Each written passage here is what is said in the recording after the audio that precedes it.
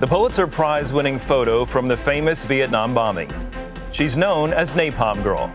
Kim Phuc shares her story of finding hope, healing, and forgiveness. Plus, designing homes and enhancing family life. Hollywood homemakers Corbin Bernsen and Amanda Pays join us in studio. All that and more on today's 700 Club Interactive. Hi, and welcome to the show. Terry Musin will be joining us a little later in the program. Well, you know Corbin Bernsen and his wife Amanda Pays from their work on camera, but it's their work off camera, recreating homes for simple family living, that's the basis for their latest project. Before Corbin Bernsen was a TV star, he put himself through college by working as a carpenter. Today, Corbin uses those same skills to renovate homes with his wife of 30 years, actress Amanda Pays. In their book, Open House, Corbin and Amanda showcase their talents as they transform basic dwellings into grand masterpieces and share what they've learned about relationships while working together on every project. Pleasure to welcome you guys to 700 Club Interactive. Thanks for being here. Thank you. Just want to say I'm inspired by you guys. Nearly 30 years of marriage in Hollywood. Yeah. 4 sons. How have you done it? Let the light in. You can answer that one. It's really what the book's about, as much as pictures and homes, and it's we've reduced things to a very simple kind of way of life, from the food we eat to the love we share. It's commitment. Well, certainly commitment. But you honor, look, when you get married, you have those words, to love till death do you part. It's pretty simple. Yeah. I mean, have you ever noticed the actual part of a wedding ceremony where you actually make the commitment? It is about short, a minute long, simple and part. it's really pretty simple and pretty straightforward. And do couples really think about them when they're making their vows? Okay, so that's actually a good point. I think what our book is, apart from the journey that we've taken together over 30 years from the house that we started with and where we are now in France in a very simple farmhouse, it's actually the consciousness, being conscious, okay? Most people don't seem to be thinking about what they're doing, what they're eating, but we've kind of discovered this. If you do live more simply, you can be conscious about how you're doing it and enjoying it. And living. You know. And I love the illustration you began to make there. It's in your book, Corbin, about how renovation can be a good metaphor for marriage, about letting the light in. What do you mean by that? Well, you just, look, whether it's lights to light us, his light, sunlight, opening the windows. I mean, there's an incredible thing that happened. Read a book in the dark. It's hard. Yeah. Put some light on, and it's a lot more. Being it's in a lot light easier. makes you feel good too. I mean, it's almost like the sunshine. And by the way, that doesn't always mean. Look, certain people live in Minnesota or other parts of the country where it is darker, but you can still allow. Allowing light in is a little bit more than just opening up doors and windows and knocking down walls. Right. It's allowing light, and I guess you could extend it to his light, as well. Sure. Also the color palette. I mean, I think we've discovered that with our color palette of whites and kind of creams and those kind of more natural earthy colors make you feel better. Yeah. And at the beginning of your journey together, so Corbin, you're riding a wave of success, a bit of a hot shot maybe when you two met? That shot on me with the Corvette. The Corvette. I mean, a bit tacky. I was an American boy who wanted his Corvette. I'm not sure I'm going to be able to go out with this one, with the Corvette. I was going to say, how was this guy when you met him? Was he a little arrogant or just a very confident man? He was a confident man, but I think I was probably a little bit arrogant as well in those days. I remember when he met me. I was never. Arrogance is my pet peeve. No, but when he met me, he did tell me, I'm on a show called LA Law, and I've just done a movie. And I said, you know what? I'm on a show called Max Headroom, and I'm just doing a movie as well. It was like... You fell in love with him, but not his house. Is that right? What happened there? Well, I had... LA Law had given me some success, and I bought my first home and honored my Native American roots by creating a Southwestern house. Yeah. And Amanda came in the first time she came in and said, if we were to last, this all I didn't say that, Corbin. That is well, not no, to last. I mean, come on. No. I just said, very nice, but some things must change. That was what I didn't say, if it has to last. It's a translated American version of that. English is, this must go. Yeah. Well, Amanda, you grew up and you learned a lot about this type of stuff from your father. I did. My father was also an actor in the early days, and then he became an agent. But during those tough times, we were also moving. And as we did, it supplements your income a little bit. So I grew up walking around looking at new properties with my dad, and he'd look at me and I'd say, yes, this one has potential. So I became the kind of potential girl, you know. And so this became a real love for you both, finding these homes, renovating them. What did you look for over the years? Good bones. We never tore a house down. We love architecture and kind of keeping the integrity of a house. So our thing was never tear it down. Always, does this have good bones and how can we work with this? Always keeping like old materials, the hardware, the doors, reworking as much as we can. So I think that's kind of our signature as well. Do you each kind of have a specialty, an area of expertise? I tend to work having a background in carpentry. I understand the integrity of a house, space, structure, engineering. Right. So she says that wall must go. I say, well, that's fine, but we're going to have to. And you always discover storage. Corbin always finds like under stairs. Here we can put this. Well, because also from carpentry, I know a lot of from framing houses, which is what I used to do. I know a lot of space that's killed by putting up a wall and going, well, let's just not use that. I'm a guy who's shelving, underneath that stairway, there's space. Yeah, and brilliant at that. And then she comes in. Aesthetic. I'm the designer. Okay. It seems like the foundation for all of this is really creating a great place and space for family. Well, that at the end of the day, and if you want to reduce simplicity to the very basics of life, family is a wonderful. Well, that's our whole meaning. It was always about family. When we first met, we wanted to create a large family and just create the lifestyle that you can share. We've taken our boys through 20-odd homes, 25 homes, and literally moved.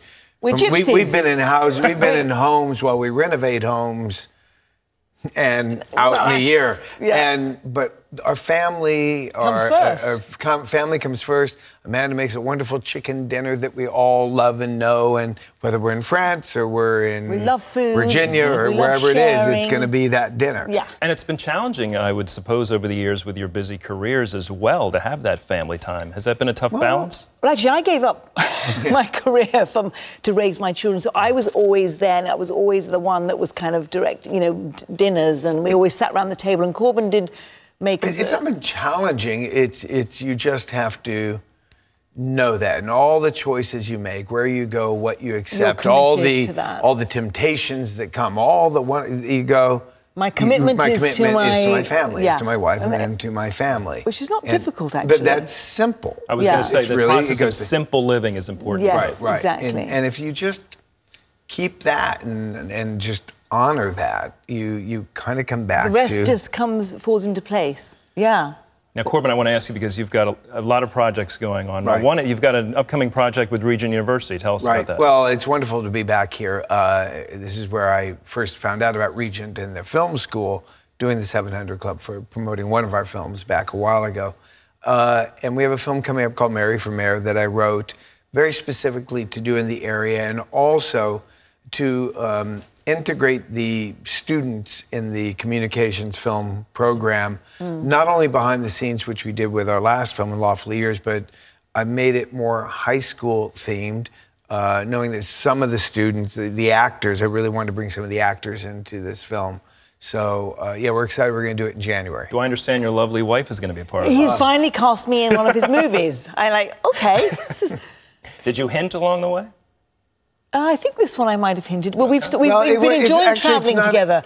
This is a new thing that we're doing. I mean, obviously, my youngest has gone off to college, so I've made a commitment to travel more with Corbin. Apart from selling our book, we've been doing a tour of that. But just being with him, because, it's important. And there was a role in this film that I really didn't think about Amanda for it, because I didn't think of her as being English. But as I started thinking about it, saying, look, we're together. Again, it's really simple to cast your wife. It takes a lot of complication out. I get to go home and be with my wife, at the end of the day. And Amanda's a wonderful actress. She denies it. Darling. She doesn't really, so I have to convince her.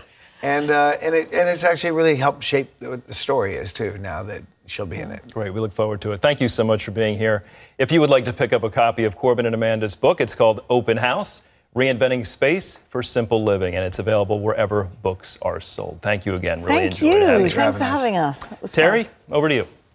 Well, up next, the story behind the Pulitzer Prize-winning photo and the little girl who faced the horrors of the Vietnam War. Phuc joins us next with her amazing story of hope and peace.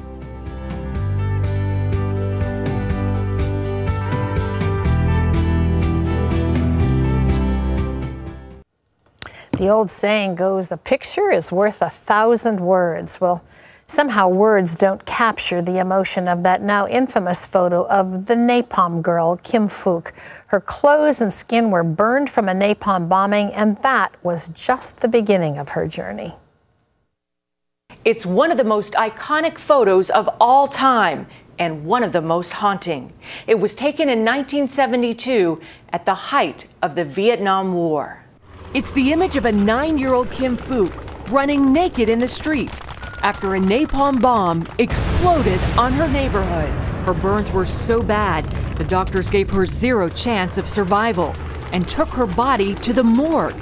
But Kim Phuc wasn't ready to die. My parents found me there. In the morgue? Yeah. But you weren't dead. I had not died yet. But you know, God had a plan for me.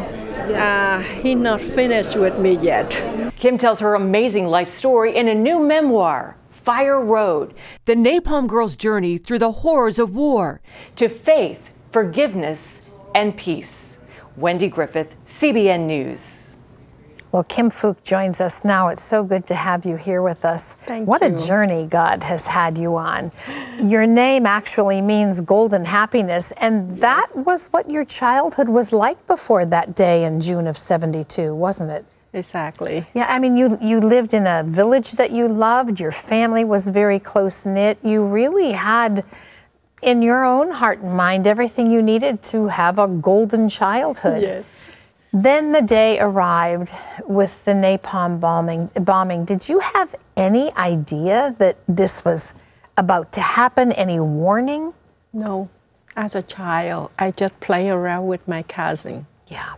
And then in the book, you described that moment where suddenly you're on the road and a plane is coming. You actually saw the bombs come down out of the belly of that. Exactly. When did you realize this is not normal? This is not what we've been used to, because Vietnam was in some chaos at the time. Yeah, actually the Vietnam War happened, but far away. For us, for me, just a child, and I just enjoyed it, my life, my childhood, until that day. And as soon as when I ran out of the temple where we hidden there, hiding, yeah, we hide in there.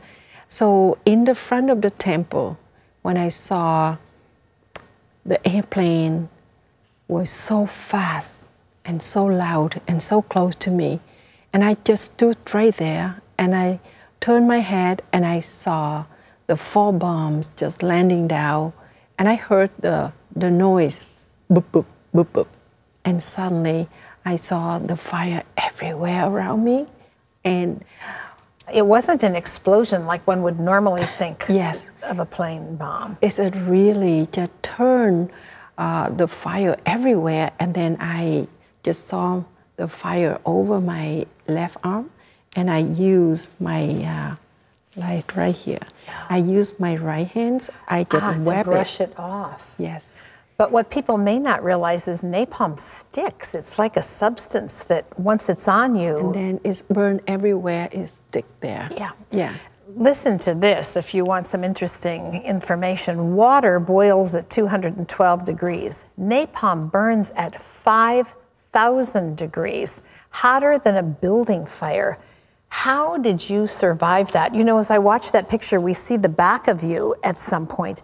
You don't really realize right away what's happened with burns, do you? I knew that I got burned, but I was a big shock. I'm sure. And then I just was terrified. Yeah. I still remember my thought at that moment.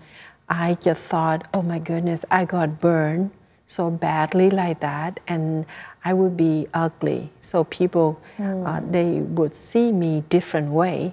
But at that moment, I was so terrified, and I stopped thinking, and I just thank God for my feet weren't burned. Yes. So I was able to run out of that fire. You kept going. And then I saw my brothers and my cousin and some soldiers right there, and we kept running and running. Over the next hours after that, people realized how seriously you were injured. You were taken to one hospital first, then transferred to another, then to another.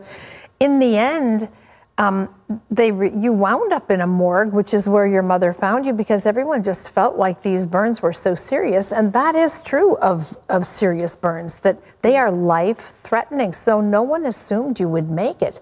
You were actually unconscious when your mom found you. Yes. What brought you back?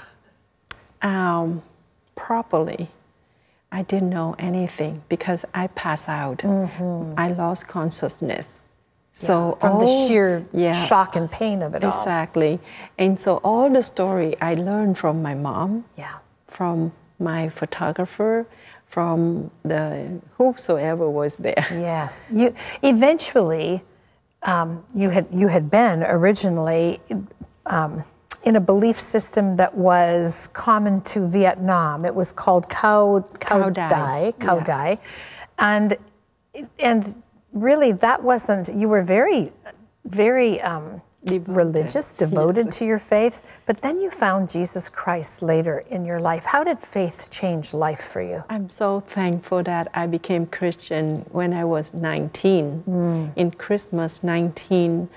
So 10 years later. Yes, 10 years later. And that is an amazing turning point in my life. And I started to pray, God, help me. Yeah. I am so thankful He spared my life, and then He let me learn a lot. And I learned to know about my real God.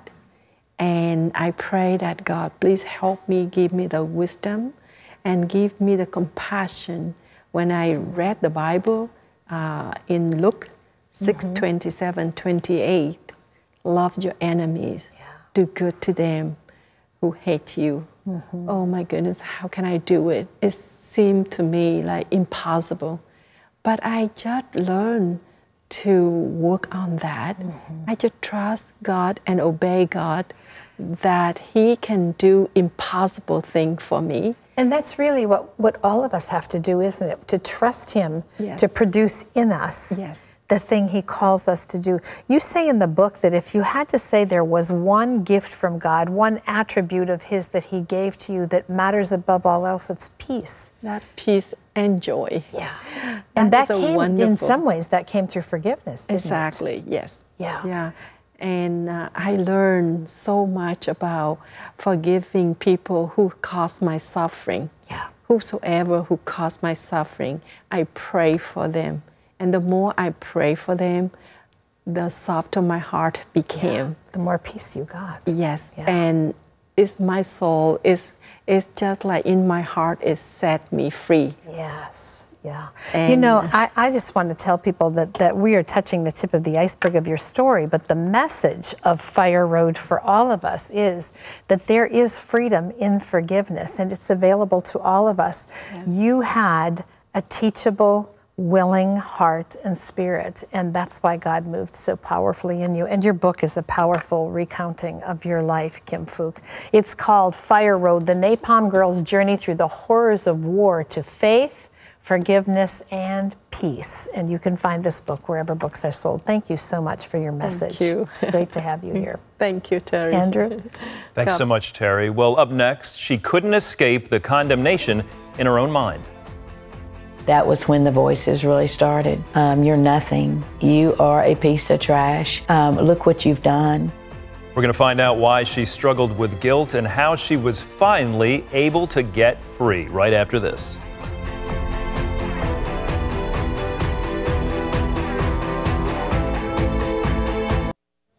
Lisa Hensley is an abuse survivor, and she turned to drugs and alcohol to mask the pain. Now she's set free and helping others do the same. Prostitute, drug addict, hopeless.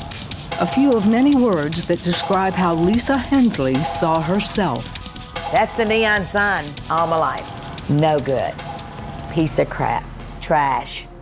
This coming from the little girl who dreamed of barrel racing and white picket fences. The same girl who at 8 years old was sexually abused by someone she trusted. I remember bathing in the tub after it occurred, and I could not scrub my little body enough. Something is wrong with me. I am now dirty. Afraid to tell anyone, she endured the abuse for 5 years, believing somehow that she was to blame. I mean, just guilt. It's got to be my fault. By her early teens, Lisa had learned how to avoid her abuser. She also found that drugs, alcohol, and sex masked shame and guilt. However, it grew worse when she got pregnant and had an abortion at 15 years old. That was when the voices really started.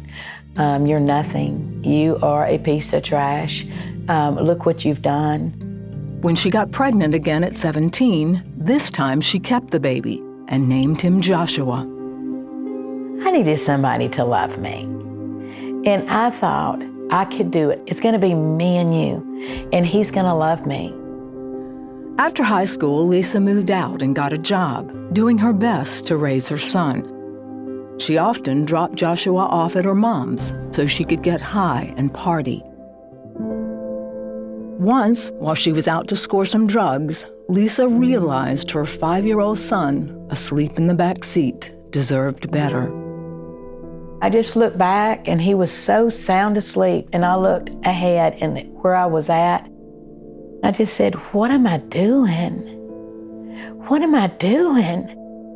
So she drove to her mother's and told her about her drug addiction. I gave him to her, and I got in my car that night. I knew. A part of me hoped that it was just for a moment, but there was a part of me that knew that I had left him for good. That started Lisa on a downward slide through prostitution, homelessness, and drug addiction. I just remember thinking that I had done nothing but being a real good drug addict, and that nobody cares. I don't care, so why should they care? Lisa did see glimpses of hope. They came through a Christian woman she met on one of her many days in jail. And she started sharing with me the love of God. We established a friendship. Every time she came to that prison while I was there, she always came and found me. She had no judgment. She was like, okay, what happened this time? God still loves you. Still holding on to that hope, she left prostitution, but couldn't stay off drugs. I lived to get high and got high to live. I couldn't come down. Come down was to see this monster that I was. There was nothing. My life was drugs, and I am no good. In 2006, Lisa was working in a grocery store deli when a woman insisted on talking to her. Said, God has not let me rest until I've come back up here to talk to you. Are you okay? And I just remember thinking, it was like the biggest sigh. I just remember going, ma'am, I said, I haven't been okay in a very, very long time. The woman encouraged her and invited Lisa to an addiction recovery program called the Potter's House in Jackson, Georgia. A few days later, Lisa showed up and began talking to the founder, Miss Cherie. Lisa realized her only hope was God. And I laid out in the middle of that floor and I bawled like a baby. And Miss Cherie was at my side on her knees. And I asked him to please forgive my sins. Please come into my life and do something with me. Still struggling with the guilt of the sexual abuse, Lisa got on her knees and prayed. And I said, I can't have a relationship with you, God. I can't do it. And I heard in my spirit, now go look up the word intimacy. And I opened the dictionary and it said, a personal relationship, knowing someone better than they know them own selves. And I just remember thinking, wow, the guilt was pulled off. I was a child, I didn't cause it, was pulled off. So many things were pulled off. And at that night, yeah, it was big. It was big. Lisa was also set free from years of drug addiction. Today, her relationship with her son is restored, and she's a grandmother. She's also the director of Caitlin's Promise, bringing hope and the love of Christ to women caught in addiction. I see myself as a miracle. I see myself as a woman who is a lady, clean, I'm whole. I'm a woman of God. I love the Lord. There's so much how He can move a heart. Perhaps you're like Lisa when she said, "It's been a long time since I was okay." And she also cried out to God and said, "I'm not worthy to be fixed. I'm not worthy of you." But the Holy Spirit spoke to her and said, "Yes, you are. I love you." You see, in Romans 8, Paul starts out his letter saying there is no condemnation for those who are in Christ. Now, of course, we may deal with the consequences of our actions as we try and cope with the pain. You hear her story, and that poor 8-year-old girl in the tub trying to scrub away the shame. I don't know what you've been through, but Lisa described her life as a mess, and now she says she is a miracle, and that's because Jesus Christ, when we allow Him in and we take Him at His word, He can do mighty things. If you would like someone to pray with you, I encourage you, I ask you to call us at 800-700-7000. Someone's going to pick up that phone. You tell them your prayer need, and we would love to pray for you. We leave you today with Psalm 34:18. The Lord is near to the brokenhearted and saves those who are crushed in spirit. I love that verse. We thank you so much for joining us today. We'll see you next time on 700 Club Interactive.